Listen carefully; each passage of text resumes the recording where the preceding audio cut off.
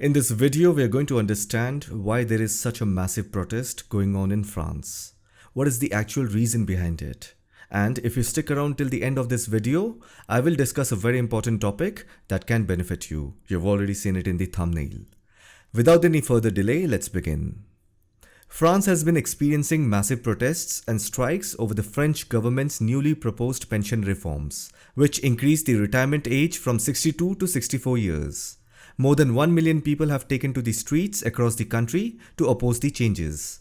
President Emmanuel Macron used his special constitutional powers to push his government's plan and raise the retirement age from 62 to 64 years, which means there will be 2 years increase in the number of years that workers must contribute to be eligible for a pension.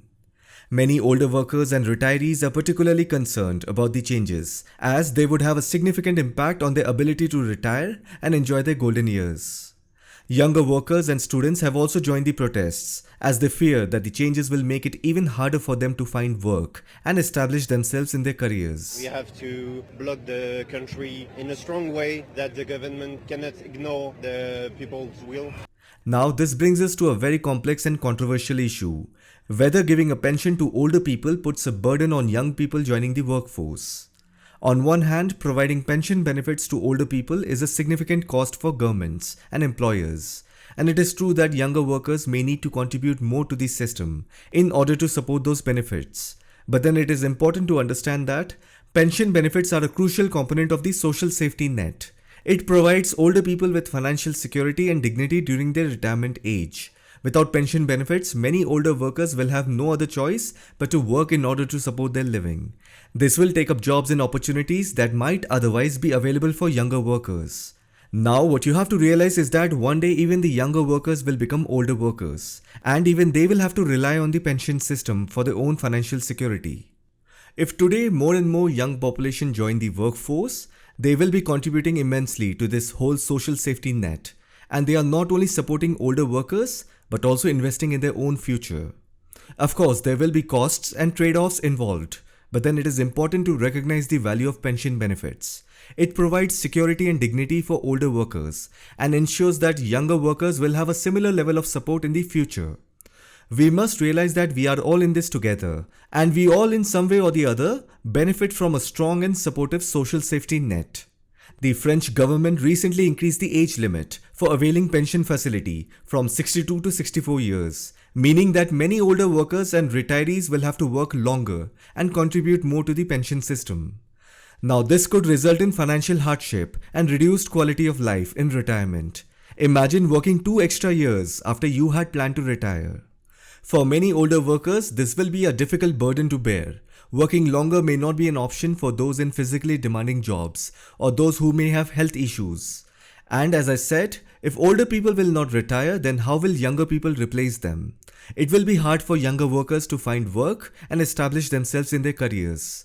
That would lead to longer periods of unemployment, and they will have less time to build up their pension contribution before retirement. There is one more problem that happens when you increase the retirement age. Promotion would be greatly affected, especially in the government services, because people above you will get an extension and you will have to work more years in the same rank or position. That is the reason there is so much uproar in the streets of France. While the protests have largely been peaceful, but then in some places there have been some clashes between police and demonstrators, with tear gas and water cannons deployed in some situations.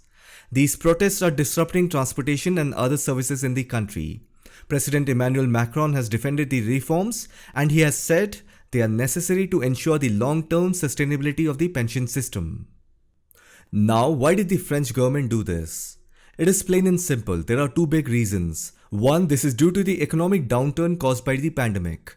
And the second point is, which is the most important one, as part of the NATO alliance, France had no other option but to join the American bandwagon and go full swing against Russia. As you may know, France banned Russian energy imports. They gave money as well as military equipment to Ukraine. This all caused inflation, and that is the reason the French and German economy is experiencing unexpected shrink. Now, as a result of that, the French treasury is facing a massive crunch, and that is what led to the passing of a new pension bill by increasing the retirement age. It is simple. If the economy is down, or if it wants to develop for whatever reasons, then people will have to work more. So overall, this is the whole story behind the protests that are happening in France. Now, before I end this video, I'm going to address a very important topic as quickly as possible. I will discuss with you what are some other measures that a government can adopt or implement in order to ensure the long-term sustainability of the pension system. There are a couple of points. Number one, as you know, increasing the retirement age is one way of doing it. But then you are seeing what is happening in France. So anyhow, increasing the retirement age is one way of ensuring the long-term sustainability of the pension system. The second point is, what governments can do is they can adjust the contribution rates. When I say adjust, I mean increase, but not a drastic increase, because it can have both positive as well as negative impacts. Suppose the government increases the contribution rate, then of course, the government treasury will have more money, and that will help in sustaining the pension system for a longer period of time. But then there is a negative side as well. If you increase the contribution rate, this will put a financial burden on workers, especially those who are already struggling to make ends meet. And some private employers will find it difficult to hire new people or invest in other areas of the business, because now they have to put more money in the employee's pension fund. Whatever percentage is deducted as pension amount from your salary, a similar matching contribution will be made by your organization. So naturally, if your contribution rate is high, then the employer will also have to match the amount, and that will put a burden on a company's operational costs.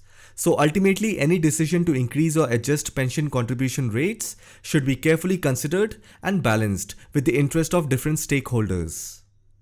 The third point is to diversify pension fund investments so that high returns can be achieved. In case you didn't know this, in many countries the government invests a portion of the pension funds in financial markets to earn higher returns. If you see, pension funds are large pools of money that are set aside to provide retirement benefits to employees. So what these professional investment managers or fund management companies do is, they invest pension funds in a range of financial assets such as stocks, bonds, real estate, and alternative investments such as private equity and hedge funds. The idea behind this is to grow the pension fund assets and generate enough income to support the pension payouts over the long term. Now you must also keep in mind that investment decisions made by pension funds can have a significant impact on the financial market. Now this is a tip for those who invest in stock markets. Large pension funds have the ability to move markets when they make major investment decisions. In the stock market, sometimes we wonder, right, why a particular stock is going up or why is it going down? It is because some major buying and selling are going on. It is rarely done by individuals, it is more often done by big organizations and fund management houses. Anyhow, so diversifying the pension fund investment in a wide range of financial assets is also an option for ensuring the long-term sustainability of the pension system. Although it is a risky business because financial markets are subjected to market risk, even then it is an option worth mentioning. The fourth point is, the government can introduce some reforms in the pension plan.